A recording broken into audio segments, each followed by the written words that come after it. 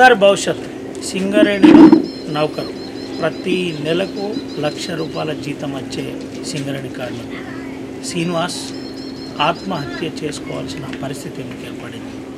అసలు ఏం జరిగింది? కుటుంబంలో ఎందుకు కలహాలు వచ్చినాయి? ఎందుకు భార్య పేరే బిడ్డ చెప్తుంది? ఏం గొడవ జరిగిందని చెప్తుంది? తల్లి మనతో ఉంది, రాజమ్మ. ఒకసారి తల్లితో మాట్లాడిద్దాం. అసలు ఏం జరిగింది? అమ్మ ఎప్పుడు కలిసిన కొడుకు నీకు? గంగకాడికి పోతానా, నా దగ్గర పోతానా, ఫోన్ చేసి చెప్పిండు అంతే. అంతే వచ్చి ఇంటికి వచ్చి మా మామ వచ్చి నేను పంచాయతీ చేపిస్తాను, లొల్లు పెట్టుడు, ఆయన చంపుతా, అని కొడుతా అని తిట్టుడు. ఆయన సంగతే చూసుకుంటే నేను ఆయన సంగతే చూసుకున్నాక చెప్తాను ఆయన సంగతి. నేను ఇంటికి పోయినా కానీ నాకు కూడా ఇక్కడ అన్నం కూడా పెట్టపోయేది, ఏదో ఇంత ఇక్కడ అని చేసేది. పానం మంచిగా లేకపోతే పోయేది, లేకపోతే సబ్బులకి ఇంటికాడనే ఉండేది. నౌకరు తాతదేనట కదా, నిజమేనా? ఆయన పని ఇచ్చిన కదా, నా కొడుకు ఆపుతాడు కదా అని పెట్టించిన పని చేస్తాడు. 5 పైసల బిల్లు కూడా తెలియదు, అన్నలో పెడతాడు, అవ్వ పెడతాడు అని పేరు చేస్తాను. నా కూరలు పేరు చేస్తాను అయ్యా, నాకు ఒక 5 పైసల బిల్లు కూడా తెలియదు. ఆఖరికి అయితే నా మనవరాలు ఉన్నది కదా, నా మనవరాలకు సహాయం చేయరు. ఇప్పుడు ఏందమ్మా?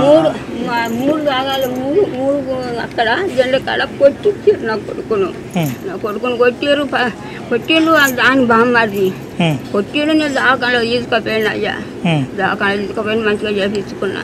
కొట్టిర్రు నా కొడుకును. ఇప్పుడు డ్యూటీకి పోకపోయేదా మీ కొడుకు? డ్యూటీకి పోయేది. పానం మంచిగా లేకపోతే ఇంటికాడ ఉండేది. అంటి పెడతా పెళ్ళ ఇంటికి డ్యూటీకి పోయేదానికి అంటి పెడతా మీరు అసలు మీరు డ్యూటీకి పోరా, మీరు పని చేయరా అంటే తిండి లేక కాళ్ళు ఎక్కడ గుంజుకొచ్చి డ్యూటీ బాగా చేయకపోయాడు. అట్లా డ్యూటీ పోయేది. జ్వరం వచ్చినా కానీ ఆగపోయాడు. ఏదైనా పనికి పోయినా కానీ ఇక్కడికి వచ్చిన నా దగ్గరికి వచ్చినా కానీ అమ్మ నేను డ్యూటీకి పోతాను, నా డ్యూటీల నుంచే ఫోన్ చేసాడు అయ్యా. అమ్మ నేను డ్యూటీకి పోయినా అని ఫోన్ చేసాడు. ఏందమ్మా చివరిగా నీతో ఎప్పుడు మాట్లాడాడు? ఏం చెప్పిండు కొడుకు శ్రీనివాస? నేను అమ్మ నేను గంగకాడు ఉంటానా, నేను నా దగ్గర ఉన్నా, నేను గంగలో చచ్చిపోతాయిగా, నన్ను చార్టర్ పెట్టిరు, నా పెళ్ళం, నా అత్త, నా మామ నన్ను చార్టర్ పెట్టిరు అని గంగకాడు ఉంటే ఫోన్ చేసారు అయ్యా.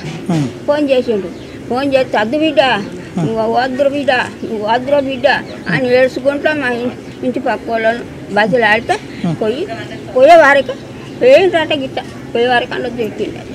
ఆసమాది చేసుకున్నాడు, అందులో దొరికింది. ఒక గీసాను కానీ నా మనవరాలకైతే నేను ఏమన్నా అడిగే ప్రయత్నం చేసినావా మీ కోడలను? ఏం జరిగింది నాలో కన్నా నేను కన్నా పెళ్ళి అయినాక 3 రోజులుగా వేరు వాళ్ళరు. నా ఇంట్లో లేనే లేదు. పెళ్ళి అయినాక అంత ఇల్లు ఉన్నది, ఉండరు బిడ్డ బయటికి ఎందుకు పోతారా? ఇక్కడ నువ్వు ఒక్కమే ఉంటావట కదా? ఒక్కదాన్నే ఉంటా. నా సాధన అయితే లేదు బిడ్డ, ఈయన ఉండరురా, చిన్న పిల్లరా అన్నగాని ఉంచలే. అత్త మా ఆకం చేసి పెళ్ళం పట్టుకొని వెళ్ళింది. పట్టుకొని వెళ్ళి నా కొడుకునికి తెచ్చేసారు. ఏం జరిగిందిరా ఇంటి దగ్గర? మమ్మీ వెజిటేబుల్స్ కొత్త అంటే డాడీ వచ్చి నా ఇంటికి ఎవరు రావద్దు అని చెప్పిండు. ఎవరు వచ్చినా నిన్ను బయటికి వెళ్ళగొట్టుతా అని చెప్పిండు మమ్మీతోని. చెప్పినాక తర్వాత నాకేం జరిగిందో తెలియదు. తర్వాత లాస్ట్కి నాకు డాడీ ఫోన్ చేసి నేను కనబడా, ఫోన్ కూడా చెయ్యా, నన్ను కనబడా అని చెప్పింది. ఎప్పుడు చేసిండ్రా నీకు ఫోన్? లాస్ట్ డాడీ ఎప్పుడు ఫోన్ చేసిండు? సాయంత్రం చేసిండు, 6కి కావచ్చు చేసిండు. తర్వాత లాస్ట్కి ఎప్పుడు కలిసినావు? నా డాడీని ఎప్పుడు చూసినావు నువ్వు?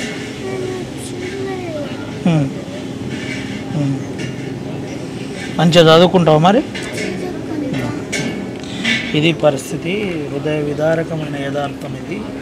నేను బిడ్డకు తండ్రి ఫోన్ చేసి ఇక నేను కనబడాలని చెప్పిన పరిస్థితి. తల్లితో కూడా చివరిగా శ్రీనివాస్ బ్రదర్ కోసం మాట్లాడి, అన్న ఏం సంగతి? పెళ్ళైన కాంచి సార్ అది ఎప్పటికీ అలా అత్త మామతో గొడవ ఇప్పటిగా పెళ్ళైన కాంచి 3 నెలల నుంచి మళ్ళీ వేరువాడు వేసిండు. ఆడికి మాకు పెడతానని అనుకునేది. ఇప్పటికి మాకు మా అన్నదమ్ములకు పెడతాను, అమ్మకు పెడతానని వాళ్ళు సార్ వాళ్ళ బామ్మది కూడా కొడితే కూడా మేము తీసుకుపోయి హాస్పిటల్ మంచిగా చేయించుకున్నాం. మొన్న నిన్న ఆదివారం నాడు కూడా ఫోన్ చేసి ఇట్లా పంచాయతీ పెడతాను మీ తమ్ముని మీద, మీరు రావాలి, మీరు మాట్లాడమా, డ్యూటీకి పోతాడు చక్కగా ఏం చేస్తాడని, డ్యూటీకి ఎందుకు కూడా పోతాడని మేము అన్నాం. సరే మేము అది చిన్నవాడికి అది చెప్పాలి కదా, ఏది ఉన్నా ఆయన చెప్పినాక ఆయన తోటి మాట్లాడినాక పోదామన్నాక ఆయన మాకు ఇక మళ్ళీ ఫోన్ చేయలేదు. చివరిగా ఎప్పుడు మాట్లాడి తమ్ముడిని? నాకు 2 months అవుతుంది సార్ మాట్లాడతాడు. ఇక అదే లొల్లి మాట్లాడతాడు. మీతో ఎవరితో మాట్లాడిపోయేదా? అంటే ఫోన్ మాట్లాడితే గొడవ ఇంట్లో ఎట్లా? ఇంట్లో తెలియదు సార్, అది మాకు నా దగ్గర ఫోన్ చేయలేదు. ఇక 2 నిమిషాలు ఫోన్ అయితే నిన్న తమ్ముడు చనిపోయిన తర్వాత సార్ ఎప్పుడు కలిసి, అంటే ఎప్పుడు చూసిన మీరు వచ్చి? నేను గవర్నమెంట్ హాస్పిటల్కి పోయాను సార్. అప్పుడు ఆల్రెడీ చనిపోయాను. ఎవరన్నా కాపాడే ప్రయత్నం చేసినట్నా? మా పెద్దన్న ఉంటాడు, మా పెద్దపాల కొడుకుంటాడు, ఆయన మా బావ గంగకాడి పోయింది ఆల్రెడీ. పోయే వరకు మీరు అత్తే దునుకుతాను సార్, దొరికినాడు సార్, తీసినాడు ఆల్రెడీ. తీసినాక కూడా పంచాయతీ తీసుకెళ్ళి ఏంది బాబు మరి ఇదంతా కూడా అత్త మామ సార్, అత్త మామ వాళ్ళ బామ్మడికి 2,50,000 అప్పు ఇప్పించాడు. మా తమ్ముడు ఇప్పించాడు. అది మరి కట్టిండో కట్టడో తెలియదు. అది ఇంట్లో గొడవ. ఈ డ్యూటీకి పోతాడని డ్యూటీకి పోకుండా సింగరేనోడు 1-2 నెలలకైనా తీసేస్తారు కదా, సస్పెండ్ చేయరు కదా సార్. అట్లా పోతుండు కదా డైలీ డ్యూటీకి పోతున్నాడు. డ్యూటీకి పోతాడని ఇంట్లో డ్యూటీనా ఇంకేదన్నా వేరే కారణం? ఈ అత్తమామ భార్య వాళ్ళ బామ్మది వీళ్ళకి టార్చరే బాగా, ఎప్పటికీ టార్చరే. ఇంట్లో ఎప్పటికీ ఆయనకి తుర్తే లేదు. ఏది మమ్మల్ని మా చుట్టాలల్లో కలవనీయకపో, ఈ బిడ్డను కూడా తీసుకురాకపో, ఫంక్షన్లకు అయినా కూడా ఒక్కడే వచ్చేటోడు, భార్యను తీసుకురాకపో, రానియకపో, చుట్టాలలో కూడా రానియకపో. మీ మధ్యలో గొడవ ఎందుకు వచ్చింది? వాళ్ళ అమ్మోళ్ళు వాళ్ళంతా తరచూ మీరు గొడవ పడేదని అంటున్నారు. మీరు చెప్పకపోతే ఏం తెలియదు. అందుకని ఒకసారి మీరు ఇబ్బందులు ఉన్నారని తెలుసు, అయినా మాట్లాడిద్దామని.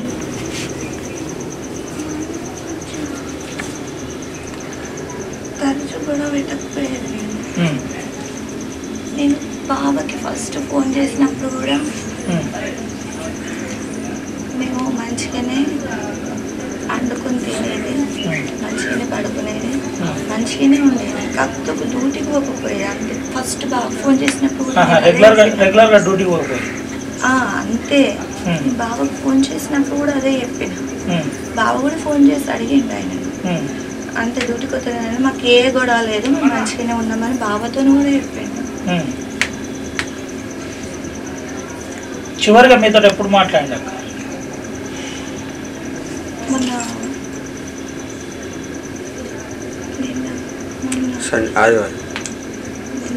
పొద్దున ఉప్మా చేసిన, తిన్నాడు. పాప ఉప్మా తిననున్నది. తిననంటే డాడీ సెల్లకు బయటికి వెళ్ళిండు. ఉప్మా చేస్తా అంటేనే ఏం చేస్తానా అంటే ఉప్మా చేస్తానా అంటే బయటికి వెళ్ళిండు. బయటికి వెళ్ళిన తర్వాత మమ్మీ నేను ఉప్మా తినా అని అన్నది. డాడీకి ఫోన్ చేస్తా, పోనీ ఉప్మా తినానంటే వద్దు ఉప్మా తిను అని అంటే, లేదు ఉప్మా తినానంటే ఫోన్ చేస్తాయి డాడీకి ఫోన్ చేసి దోశ తెమ్మని చెప్తా అని ఉన్నది. ఫోన్ చేసేది డాడీ నేను ఉప్మా తినా అంటే దోశ తినంటే తెచ్చిండు దోశ, తిన్నది. నేను ఇవాళ పార్టీ చేసుకుంటానా, మందు పార్టీ చేసుకుంటానా అని అన్నాడు. రెగ్యులర్గా మందు అయ్యేదాకా తాగేది. ఓన్లీ డ్యూటీ కోసమే మీ మధ్య గొడవ వచ్చింది అంతేనా?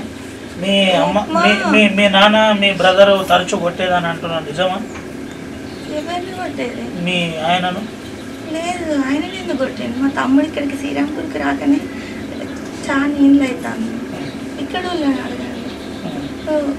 లేదు అసలు రాకనే, తమ్ముడు రాకనే. నాన్న కూడా వచ్చినప్పుడు కూడా మాట్లాడాడు.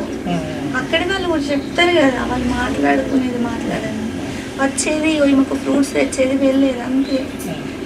లేదు అటువంటిది లేదు. మీకు అక్కడ వాళ్ళు చెప్తారు కదా, ఇప్పుడు మేము అక్కడికి వెళ్ళి 8 ఏళ్ళు అవుతాను. ఏ మైన్లో చేశారు అక్క? ఆర్కే వన్ వేసేది, ఇప్పుడు చేస్తలేడు. మైన్ క్లోజ్ అయినాక కాసిపేటకి చేస్తాను. ఉప్మా చేసిన తిన్నాడు, దోశ తెచ్చిండు తిన్నాడు. మీ ఇద్దరి మధ్య మాటలు లేక ఎన్ని రోజులు అయింది? ఈ మధ్యలో 2-3 రోజులు అయిందా? మాటలు ఉన్నాయి, మాట్లాడతాడు. మాట్లాడు. డ్యూటీకి పోకపోవడమే ప్రధాన కారణం. ఉప్మా చేసిన తిన్నాడు, దోశ తెచ్చి. నా సెల్లు బ్లాక్ లిస్ట్లో పడ్డది. బావ నెంబరును ఈమె ట్యూషన్ మేడం నెంబర్లు, ఇంటి పక్క వాళ్ళ నెంబర్లు. నీ ఫోన్లు వస్తలేవు కదా, నేను రిపేర్ చేయించుతాను అన్నాడు. ఆ సెల్లు తీసుకెళ్ళిండు, రిపేర్ చేయించిండు, తీసుకొచ్చిండు. చికెన్ తెస్తానన్నాడు. ఎవరికో ఫోన్ చేసిండు. ఫోన్ చేసి పార్టీ చేసుకుందాం, నేను చికెన్ తీసుకొస్తా అని కూడా అన్నాడు. ఫోన్లో అన్నాడు వేరే వాళ్ళతో.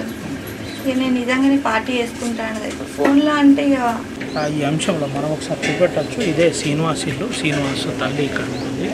శ్రీనివాస్ తల్లితో పాటు శ్రీనివాస్ అప్పుడప్పుడు ఇక్కడికి వచ్చి పోయేటోడు. అయితే ఈయన బీజూన్లో పనిచేస్తున్న పరిస్థితి. బీజూన్లో అక్కడే క్వార్టర్లో ఉండి పనిచేస్తూ తన సంసార జీవితం అక్కడ గడుపుతున్న పరిస్థితి కనబడుతుంది. మనం చూపెట్టే ప్రయత్నం చేశాం. అయితే ప్రధానంగా ఇదంతా కూడా మానసిక ఒత్తిడి, ఎటువంటి ఒత్తిడి లేదు. పూర్తిగా ఇటు భార్యతో పాటు భార్య కుటుంబ సభ్యులు శ్రీనివాస్ని ఎప్పుడు ఇబ్బంది పెడుతూ రకరకాల మాటలు చెప్పేది. ఎప్పుడు కూడా తల్లి దగ్గర కూడా రానియకుండా జాగ్రత్త పడేది. అయితే పాప ఒక విషయం చాలా క్లియర్గా చెప్పింది. ఈ విషయంలో పోలీసులు కూడా చాలా సీరియస్గా తీసుకోవాలి. తీసుకున్న తర్వాత దీనిపై పక్కా ఎంక్వైరీ చేయాలి. ఎందుకు శ్రీనివాస్ ఆత్మహత్య చేసుకోవాల్సి వచ్చింది? ఆత్మహత్య గల కారణాలు ఏంటి? ఎవరింటికి వచ్చేది అంటే, ఇంటికి వస్తున్న సమయంలో ఎవరు నా ఇంటికి రావద్దు అంటున్నాడంటే ఎవరో ఇంటికి వచ్చేది. ఆ ఇంటికి వచ్చేటోళ్ళు ఎవరు అనే కోణంలో పోలీసులు దర్యాప్తు చేయాలి. దర్యాప్తు చేసి వాస్తవికాలు బహిరంగపరచాలి. ఇది మీడియా ముఖంగా కూడా స్థానిక ఎస్ఐ దీనిపై చర్య తీసుకోవాలి. దీనిపై కాల్ డీటెయిల్స్ అంశం కూడా చాలా క్షుణ్ణంగా పరిశీలించవలసి ఉంటుంది. పరిశీలించిన అనంతరం ఇదంతా కూడా ప్రీ ప్లాన్గా జరిగినట్టుంది. దీంట్లో ఈ క్రైమ్లో ఎవరెవరు ఇన్వాల్వ్ అయ్యారు అంటే, శ్రీనివాస్ చనిపోవాలి అనే ఆలోచన పుట్టించడానికి గల కారణాలు ఏంటి అంటే, లీగల్గా శ్రీనివాస్ చనిపోయిన తర్వాత శ్రీనివాస్ ఉద్యోగం ఉంటుంది. ఆ ఉద్యోగానికి సంబంధించి లీగల్ ఇయర్ భార్య అవుతుంది కాబట్టి భార్య నుంచి వాళ్ళ తల్లిదండ్రులు ఇంకెవరన్నా ఇలాంటి యథార్థాలు ఎవరన్నా ఆలోచించారా? లేదంటే శ్రీనివాస్ను ఎట్లనన్నా మా నుండి దూరం చేస్తే ఉద్యోగం మా కైవసం అయిపోతుందా?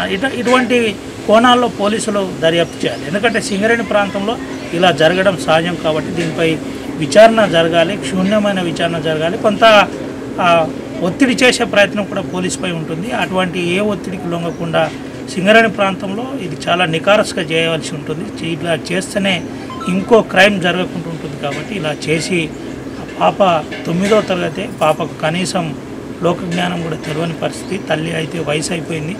అటు అన్నదమ్ములు కూడా పూర్తి స్థాయిలో ఎటువంటి లైన్ లేదు. అదేవిధంగా వాళ్ళు పెద్దగా ప్రభావితం చేసేటట్టు కూడా అన్నదమ్ములు ఎవరు లేనట్టు మనకు కనబడుతుంది. ఇలాంటి ప్రధాన అంశాలు పోలీసు ఆలోచించి వారికి న్యాయం చేయాలి. ముఖ్యంగా అమ్మాయి చిన్న పాపకు న్యాయం 2వ తరగతి చదువుతున్న పాపకు న్యాయం చేయవలసిన బాధ్యత ఎంతైనా ప్రభుత్వంపై ఉంది. సింగరేణి అధికారులు కూడా దీనిపై పట్టించుకోవాలని మరోసారి చెబుతూ ఇదంతా కూడా భార్య వేధింపులే కారణమని చెబుతున్నాం. ఒకసారి భార్యతో కూడా మనం మాట్లాడించే ప్రయత్నం చేద్దాం. అసలు ఏం జరిగింది ఏంటి అనే కోణంలో తెలుసుకునే ప్రయత్నం చేద్దాం. ఇదంతా కూడా వాస్తవికాలు సింగరేణి ప్రాంతంలో భూపాలపల్లి నుండి మొదలుకొని గోలేటి వరకు ఏం జరుగుతుంది ఏంటి అనే కోణంలో ఒక అవగాహన కోసమే చూపెట్టే ప్రయత్నం చేస్తున్నాం. ఎవరిని ఇబ్బంది పెట్టడానికి కాదు, ఇబ్బంది పెట్టాలనే ఉద్దేశం కూడా మాకు. అసలైన తొలి వెలుగు. ఫాలో వాట్సాప్ @తొలి వెలుగు official.